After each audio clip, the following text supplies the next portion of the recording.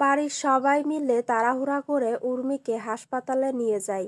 Doctor জানায় যে উর্মির শরীর থেকে অনেক ব্লাড বের হয়েছে, তাই তাড়াতাড়ি করে তাকে ব্লাড দিতে হবে। কিন্তু হাসপাতালে সে পরিমাণ ব্লাড এখন নেই। দীপা বলে, আমি দেব। আমাদের দু বোনের ব্লাড গ্রুপ এক। এরপরে দীপা উর্মিকে ব্লাড দেয়। এদিকে রুডি উর্মিকে হাসপাতাল থেকে তুলে নিয়ে আসার প্ল্যান করছে। কুন্তলা তাকে বোঝানোর চেষ্টা করে যে এই মুহূর্তে কিছু না করতে, কিন্তু রুডি কোনো কথাই শোনে না। সে তার মায়ের কথা না শুনেই হাসপাতালে চলে যায়। উর্মিকে নিয়ে আসতে যাবে তখন দীপা রুডিকে আটকানোর চেষ্টা করে। রুডি দীপাকে অজ্ঞান করে সেখান থেকে উর্মিকে নিয়ে চলে যায়।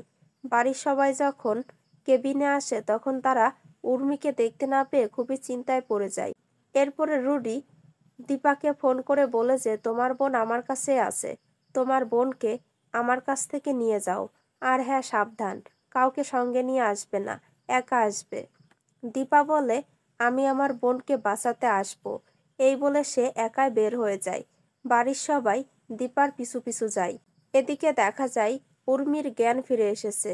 উর্মি কুন্তলাকে বলছে, আমি যা করেছি তা এখন হাড়ে হাড়ে বুঝতে পারছি। যেমন কর্ম তেমন ফল।